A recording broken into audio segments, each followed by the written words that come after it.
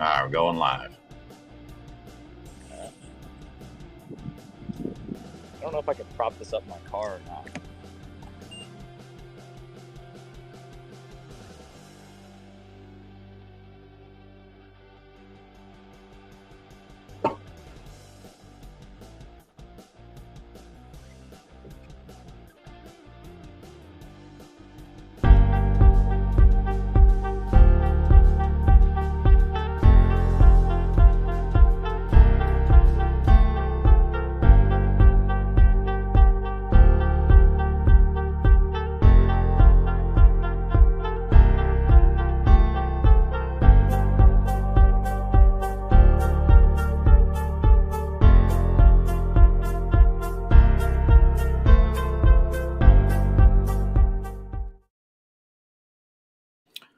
Well, isn't that some dramatic music? That was interesting. I've never used that before, so this was a first for me. I'm just because I haven't made all of our new stuff, like for Bowling Undisputed and all that stuff. I haven't made anything for it yet because we're kind of just throwing it together. So this is the first. So here we are, folks. I am J.R. Raymond. I'm going to be the brains of the operation because Cody doesn't know what the hell he's doing. So we'll make this happen. And this, my friends, this is my buddy from on the road. We're going to be traveling a lot together. He is your 2022 East Region Player of the Year for the PBA Regionals. This is Cody Shoemaker. He's going to be chit-chatting with me. We're going to be out on the road bowling a lot of these events. This week I am not. I chose to skip these next few events leading up until the Bradley and the PBA events in March all the way through. So I'll hit all but these next three. And Cody's going to hit them all. So Cody is actually a full-time player this year. Bowled really well at the U.S. Open until he laid an egg there at the end. And this is how this is going to go. We're going to go back and forth at each other, I'm sure. When he bowls bad, I'm going to give him shit. When I bowl bad, I'm sure he's going to give me That is definitely going to happen. This is how it's going to be. So today, I think we're going to make this quick. This is our first stream together. We're going to do this. We'll probably try to stay on for about a half hour or so, just kind of talk a little bit about the PTQ that happened yesterday. Cody bowled that. Didn't exactly fare well. Looked like he bowled pretty good for the majority of the day. I saw 160 there. What was that? Game 7? 7. Yeah. Yeah. Let everybody know what was going on there. What kind of bowling balls were you using? What were you seeing? So we bowled the PTQ on Viper. The actual event this week is on Wolf. It's 34 feet. We bowled on 37 feet. There was a ton of urethane that went down the lane early in the 37 foot. They weren't very hard. And to be fair, the majority of the guys bowling the PTQs this year are the guys that are your better regional guys that aren't on the national tour already. So they're pretty tough fields. And we knew coming out of the U.S. Open, the scores are going to be pretty high. Kind of happens every year. You know, they're dead brutal at the U.S. Open. That week after, everyone's like, hey, look, I got a little bit of room, and they start striking a bunch. So, yeah, last year it took like a 240 average the week after the U.S. Open to make the cut. Yep. So we knew it was going to be high. I started pretty well. I went 230, hit a weird pair. Game 2, shot 2-0. Was throwing a pitch black, shot 230 game 3. Game 4 is kind of when everyone in the field started getting out of the urethane, at least a lot of the non-Purple Hammer guys. The Purple Hammer guys stayed in it a little bit longer. And obviously the lefties definitely stayed in it. But yeah, we kind of made a decision. I got into a pinup reality that was shiny. It had like a little bit of compound on it. Just some steep angles. I went 250. Then I shot 710 in the 10th for 220, game 5. And then game 6, I hit a pair that was really weird. And basically, I moved 6 right on the right lane and 4 right on the left lane and threw a 10-bagger to shoot 250. Well, when we went to game 7, after being 200 over, I was in the cut. And, well, unfortunately, I made the move back left with the same reality, but at this point, they were a little slower. So I got 9 6 times and 7-10 and missed a spare and shot 160. I actually didn't miss the pocket that game, and I shot 160. So, yeah, a lot of that comes down to just my mindset. You know, I looked up and kind of knew I was in the cut number, and I knew I had a ball in my hand that I couldn't miss the pocket. And I kind of decided that I was like, hey, I'm going to keep throwing this because I can shoot 2-10, 2-0. and I was trying to force it basically instead of just making the ball change I knew I needed to because I was trying to be safe and conservative. With the PTQs, you just got to be in the top 12. It doesn't matter if you're first or 12th, you're in the field. So I kind of had that mindset of like, all right, just play some defense, play safe. And unfortunately, it kind of bit me in the butt. And, I made the ball change the 7th game and shot 210, I think, or 220. But it was not enough. And, the big takeaway this week is going to be, when I'm bowling local events or bowling regionals or bowling back home, there's a lot of, hey, I'm going to lead or I'm going to win. I'm going to make the ball change. It's going to shoot 240 and you're going to be aggressive. And I did not do that. I did not do that day 3 at the US Open either. Like JR said, I kind of laid an egg. I was 14th going into the 3rd day of the US Open and went 80 under. I got a check. I finished 30th, but I kind of went into the mindset there of, hey, I'll just go even for the day and I'll make the cut. And it's like, no, you can't do that. The guys out here are too good. They don't do that. They don't think about, all right, let's just make the top 24. No, they're thinking, I want to win the tournament. And that's just a mindset change that I've got to change for myself out here.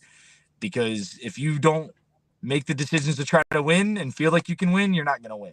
So, I'm giggling a little bit because I've preached about this over the last few years. A lot of the people that they don't quite understand the difference in the mindset out there. And it's hard to balance whether you need to be looking for 250 ball reaction or you just need to sit out there and just grind and just let it come to you.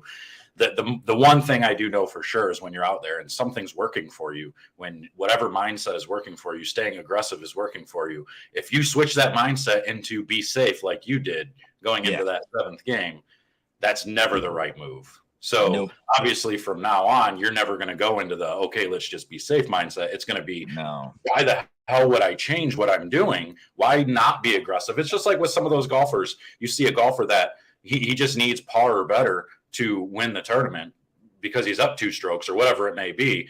And he decides to, go out there and he has 6 on a par 4 and he ends up losing. And they're asking him questions like, why'd you switch to this club? Why'd you use this club here? And his answer is, well, this is the way I played all day. If I switch it up, if it works out, great. If it doesn't, I'm killing myself because now I'm changing my mindset. So, and then you have the other guys that are like, all right, I'm just going to lay up and just play it safe. And they end up losing it because they're playing safe. So it can go both ways. You can be too aggressive, but I think it's a point where you just have to just make the same moves, the same adjustments, do what you've been doing all day and just trust that you know what the hell you're doing. Yeah, so the scoring pace was really high. The cut was going up 25-ish pins every game. So, it ended up taking 228 over for 8 games, which is a 233 average for 8 games. So pretty soft. And I have hair, but just not today. I have hair too, just not since I was 30. But it really just kind of comes down to the fact of like, a lot of times in these tournaments, you need to realize what the scoring pace is and kind of see what is happening around you. And that's just a big part of bowling tournaments. It's, if you're going into a tournament where, shooting 205 is gaining pins on the field, then you probably shouldn't be looking for 5-baggers. You probably shouldn't be trying to shoot 250. If you catch a really, really good pair and you can shoot 250, shoot 250. That's what you got to do. But if that's what the scoring pace is, at the US Open, that's not the scoring pace. You don't have to shoot 240 every game. So you got to just get everything you can get. This PTQ is the exact opposite. The cut's going up 25 pins a game. You need to have 230 ball motion or you're not going to stay in the cut. And, in my head, I knew, hey, look, this ball's too slow. I'm using something a little too big now. I need to get into something a little weaker, a little quicker. And I knew that was a Zen and just didn't make the change because I was trying to be safe. And that's just a really bad decision and you can't do it. And, for me personally, it just makes me angry because it's like, I've been bowling really well. I've been throwing it really well and I'm making good decisions. And then I let one mental mistake, one game, 10 frames, stop me from bowling a tournament this week. And you just can't do that. So I'm just angry and I'm gonna kind of take the week to reset everything, maybe drill a couple of balls for next week and then get ready. We are going to be practicing tonight. I'm going to try and take some videos for you guys. When they get done the night squad of the actual pattern, they'll be done at like 8 o'clock our time here. They're going to let us practice some of the guys that missed the PTQ cut that are here for the week. So I'll try and get some videos. It's going to be beat up wolf from all the tour guys. So you'll kind of get to see how that transition goes. And even though it's a 34-foot pattern, you'll get to see kind of where we're playing and what we're throwing. That's pretty cool. Do you have any of the new balls like the Eternity, the TNT, anything like that with you? I have a blank Eternity sitting right behind me that's going to get some holes today. Okay, so drill that up and throw it a little bit because I know a lot of people want to see some of these new bowling balls. For those that don't know, Cody is a storm staffer, so you're going to see a lot of I'm going to try and work with him a little bit while I'm out on the road, and we're going to get some ball review type stuff done for storm bowling balls for the Undisputed, Bowling Undisputed. Yep, there's a couple new ones too. I've got them on my shelf already. New ones. Yes, they are very good ones. Yes, they are. I already told you I get them way before even the staffers do most times. So yeah, I'm jealous. We don't even have them on the truck. We're out here on tour bowling like for national titles, and they're not even here yet. So you didn't hear me say that. I'm this not guy.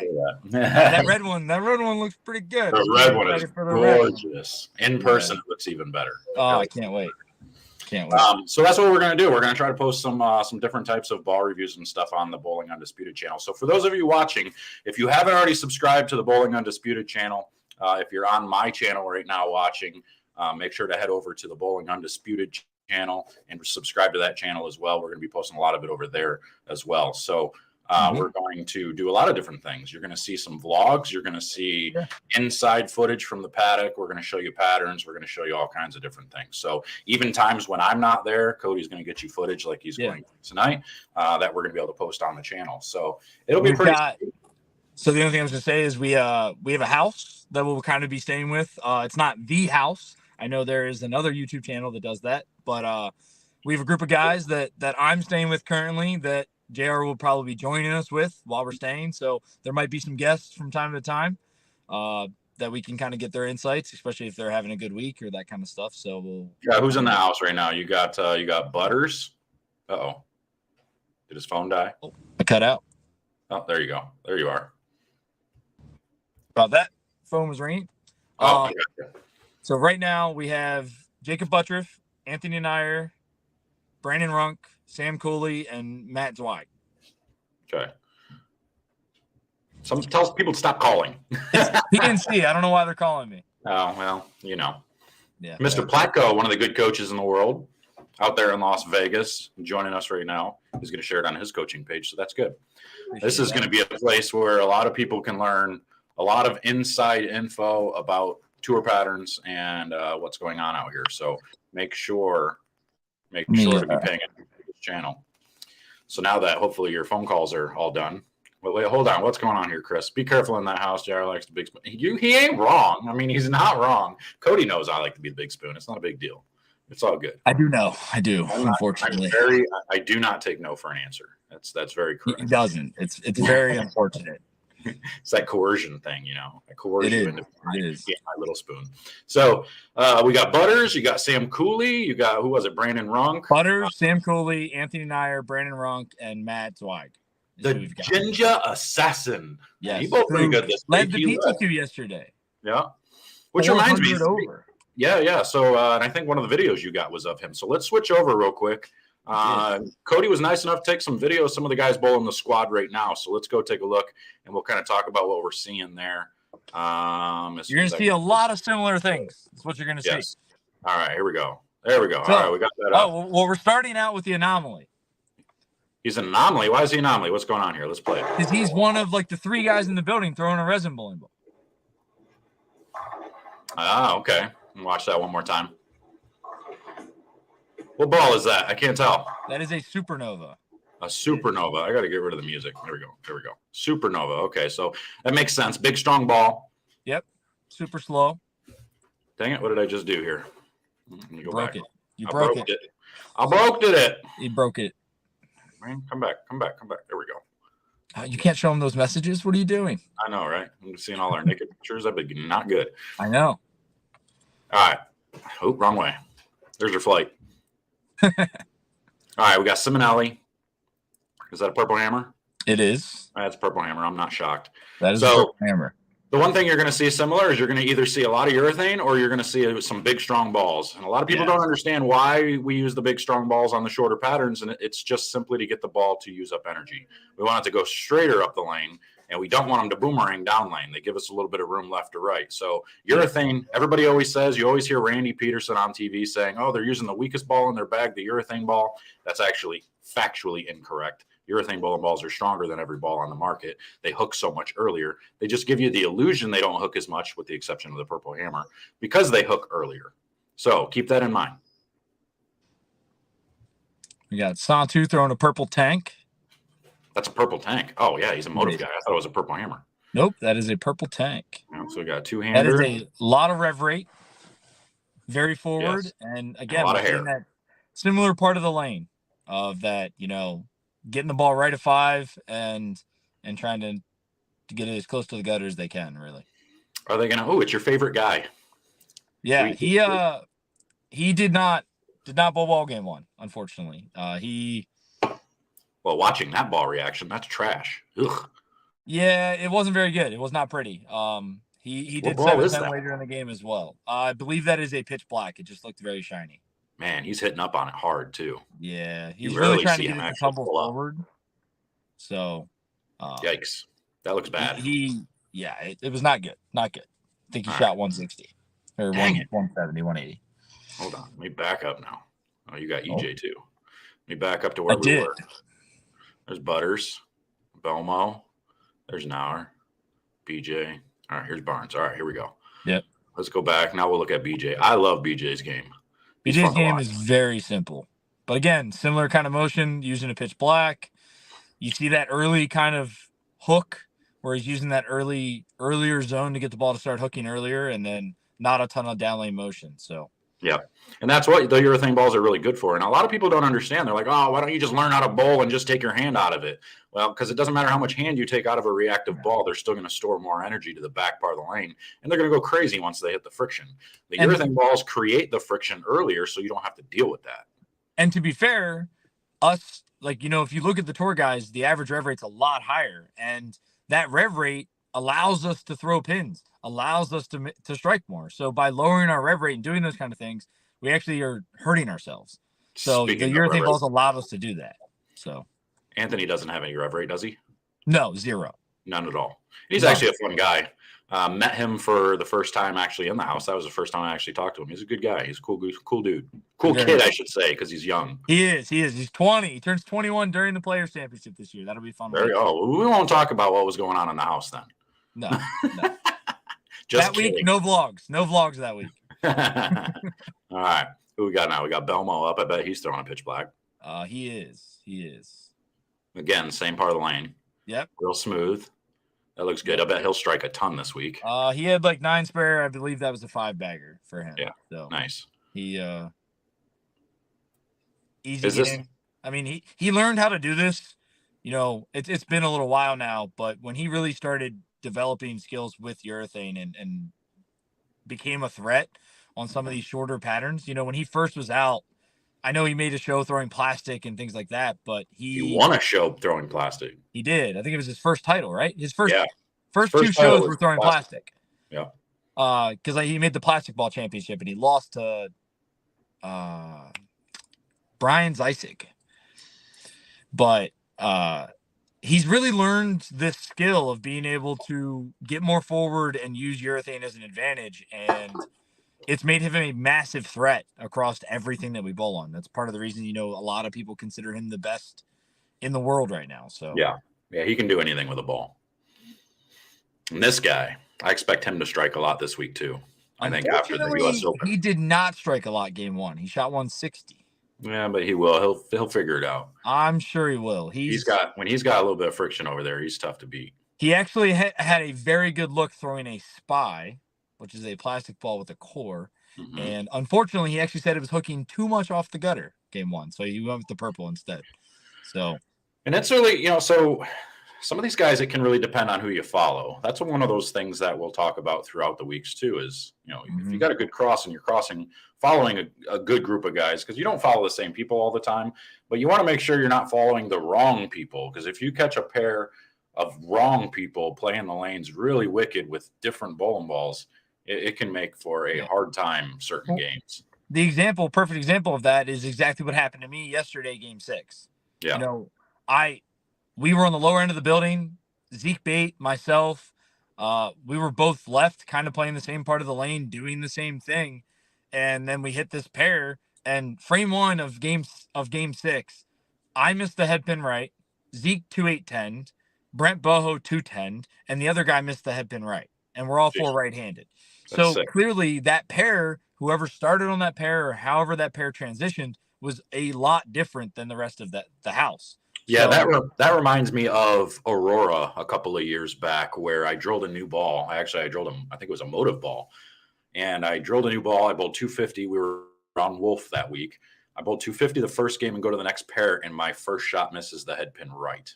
It's like, wait, what? And I moved. It ended up being a huge move to get back to the pocket where, 4 or 5 frames later, the lanes were transitioned and changed so much because it was a group of urethane balls going down the lane. Absolutely. It makes it, they make the lanes change so different. So a lot of the times when when you see lanes like this and a lot of guys are going to be using urethane, you either get really, really good at urethane, or you understand that from pair to pair, it's going to be awful, because if you're not using urethane, pair to pair can be really, really different. Yeah, the big thing this week for these guys is going to be, so they're only bowling 6-game blocks. So they bowl 6 this morning, 6 tonight, and then 6 tomorrow morning. That's 18 games of qualifying before they cut. So they may never get into reactive then. A lot of these guys might just throw urethane. That was actually 100%. I really do think the Storm guys will get out of pitch blacks just because of what that ball does in comparison to a purple hammer. But a lot of the righties throwing purples, and definitely the lefties throwing purples, can throw them all 6 games. Yeah. So I think you'll see the Storm guys get out of it and kind of start throwing some resin maybe at the gutter. But I don't think you'll see a lot of guys get out of purples unless they have to. I know the majority of the guys out here, we just had that new purple hammer come out. It's the one with the pink pin. Mm-hmm. There's going to be, I think, almost every person bowling the field that's on their staff this week has 2 of those at least. So you're going to see them use both of those, one early, one later, and kind of make sure they have them set up for each other. So yeah, it makes sense. And this is another example here, Thomas Larson, big giant bowling ball, that gem, and if you're able to play straighter and kind of back your hand out of it, he might be able to get away with doing this all day. Yeah, he is a big advocate. He doesn't use urethane a lot. He is similar to me. He's kind of learned the bowl U stuff and some of the stuff that we've did with that. And he likes using these bigger bowling balls, really slow ball motions, and kind of tumbling the ball forward. So he used the gem a ton at the US Open and had a really good week. I think he finished 3rd or 4th. So similar thing this week. If he can do that and kind of keep that resin in front of him and stay closer to it, he might still bowl well this week too.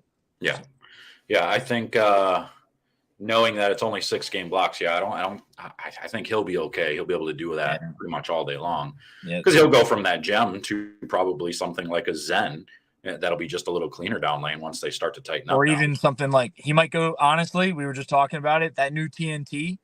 It's just a symmetric version that's a little really rolly and pretty strong. So he could go into something like that, which is just going to be a little less friction, a little bit further down the lane than what the gem is. And then he could get into balls. I know he likes the Zen Soul a lot, which, again, it's a little cleaner than probably what the TNT is going to be, and a little bit more. So he's going to stay in balls that are going to use an earlier zone and kind of stay in that shape. Yeah. Yeah. I mean, for those of you that don't already know or hasn't seen, over at the bowlerx.com channel, I just posted the TNT review. So that's up there. I got links up there, links in the description. I don't know. I think I'm kind of excited for what we've got going on. I think this is going to be pretty fun. It's going to be pretty cool. Like I was telling you before, the hard part's going to be making sure we put content together even when we bowl bad. For sure. That's the tough part, because it's real easy to get real angry, and those are actually the times. Yeah, I mean, like if you had asked me 20 minutes after the PTQ yesterday if I wanted to sit in front of a camera, I probably would have not been happy about it. But the honest truth is, our goal. The time we have to do it. Yeah, we really do. And our goal with doing this is, obviously JR is not out here this second, but it's to kind of show you guys what this comes from someone that's trying to be out here. This is my first year on full time out on tour. I've bowled bits and pieces over the last 5-6 years, and just what actually happens and what you go through mentally, and kind of what's happening with the guys out here is so different than what people think. Like, Right. you see a lot of things on camera and you see the shows and you see all of this, but what we're going through day to day is a lot different. It's going grocery shopping, buying stuff in the house, trying to save money. We've got 6 guys in a house this week, so that it's a lot cheaper. This week was a lot cheaper in comparison to what it was for Indy, but trying to do that and kind of build this into your lifestyle is definitely tough. And a lot of people, think, oh, well, you're just getting to bowl for a living. Well, that's not always the fun part of it. Well, when there's a casino around, you're set. Hey, there's none around here. Okay? Oh, that's good. I've got to play poker on my phone. I don't know what to do with myself. You're probably sad. Like, man, there goes 10 grand. I can't just go to the casino. What am I going to do this week? How am I going to make money? Crazy. So. Yeah, no, it's yeah, I've never bowled a full-time season. Like, I've never actually bowled every single stop of a season. I don't know if I'll have the chance to anytime soon. I kind of have to pick and choose what I go to. But this year will be the most I've probably bowled in a while, because all of the back half stuff is going to be in the Midwest. Everything's going to be right over by me, so I don't have to fly anywhere. So it's going to be pretty nice to be able to just kind of drive. Like, these were the furthest for you. Yeah, those. Yeah, so like Wichita, Springfield. I mean, they were just too far away. Yeah. I mean, we drove 6.5 hours from Indy to get here on Monday, and then we leave here. I believe we leave here Sunday or Monday, and we go to Shawnee, Oklahoma. So then we're there for a week, and then we go from there to Wichita, and then I know we have a week off. You guys might get some content from the Bradley, which is not necessarily a PBA tournament. But a lot of awesome. PBA guys will be there. Yeah, it's basically a PBA stop. So that tournament's rough too. Ugh. Man, that is. I mean, hey, that 49 it might be just like that 49-foot pattern. I was gonna say, I'm gonna try and do the same thing. Same type of thing. But I don't know what's gonna happen with that pattern. But for those of you that don't know about the Bradley, they never hook, or they rarely hook. I should say. I'm pretty sure all the hook is like the first 2 feet. However long the distance is how much oil they put on the light.